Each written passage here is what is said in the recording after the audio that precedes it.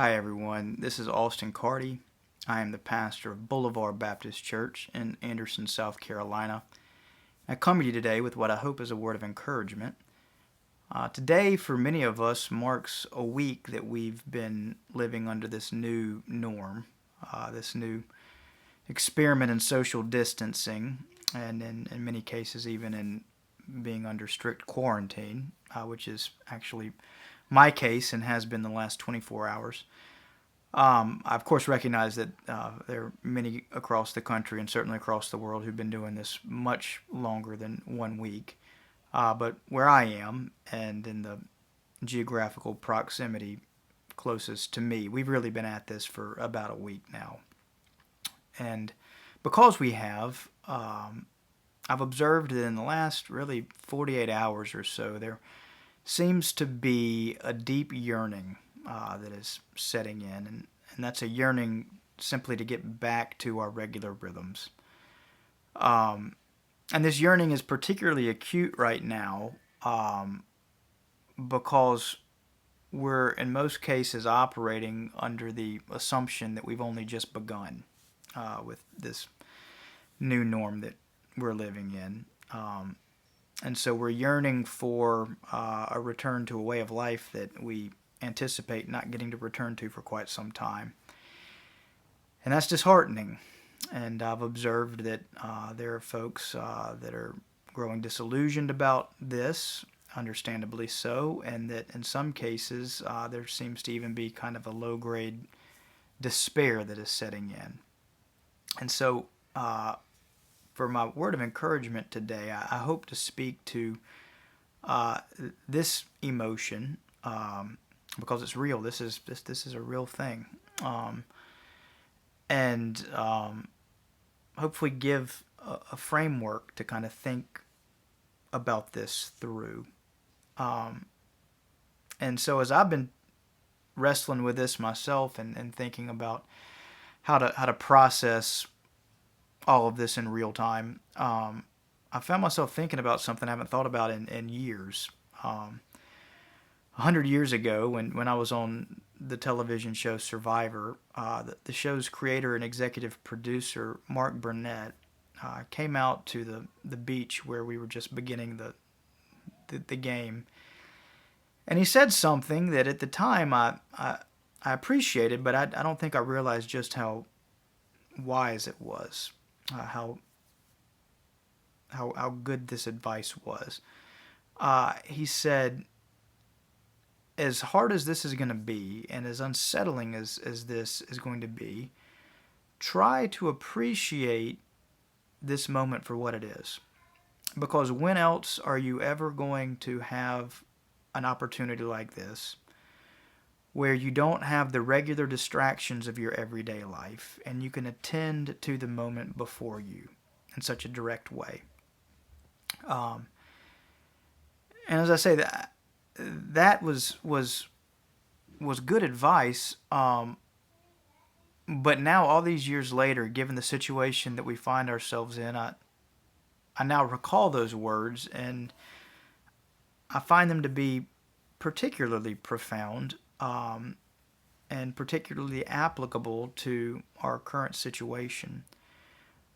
Because in so many cases, we are now either isolated with or spending much more time with family and loved ones um, than we otherwise usually are. Um, and even if we are not isolated with family and loved ones, we find ourselves isolated from our regular lives in such a way that we now have uh, much more time and opportunity to attend to things that otherwise we don't often attend to. And so, while this is no doubt an unwanted and unwelcome situation we find ourselves in, and while we would all undo it in a moment if we could, uh, because we can't undo it and because we are in this moment, I think that as we begin to feel this yearning to get back to a life that we know that we will not be getting back to for quite some time, I think that while we process that yearning, a helpful way to think about that would be to think about the opportunity that nonetheless this unwelcome situation is presenting to us. So, my encouragement today would be for all of us to live into the reality that we find ourselves in, um, to find ourselves being grateful for the time around our family. In fact, right now, as I'm doing this video, what would otherwise be an unwelcome distraction to me, hearing my daughter screaming in the background and thus um, sullying the integrity of this tape. How neat is this experience, though? When will we ever have an opportunity like this again? That I'd be up in their playroom trying to do my work from home. Um, I'd encourage you to reach out to folks that you haven't talked to in a long time. Reach out to other family members that you always mean to pick up the phone and call, but then there's always tomorrow. Um, Spend more time reading, gardening, praying, just being present to the simple opportunities of the moment. Opportunities that are always there, but that because of the pressures and demands of our regular routines and rhythms, opportunities that therefore usually get put on the back burner or go completely unnoticed.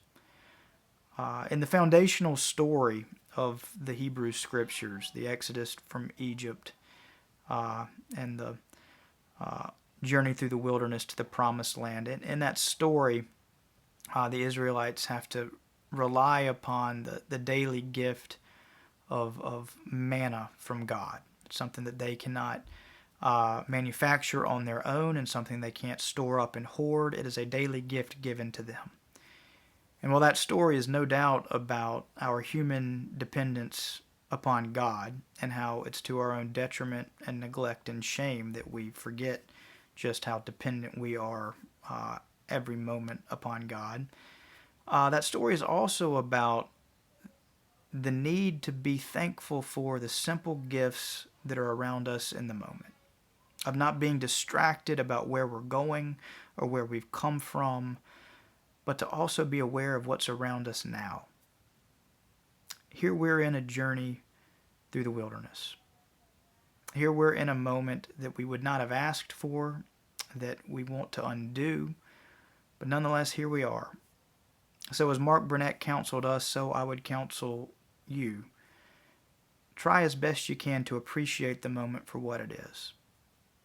Let us, like the Israelites in the wilderness, be thankful for the small gifts and small graces that are around us. And let us live into this time while we nonetheless yearn to get back to our regular routines. Amen.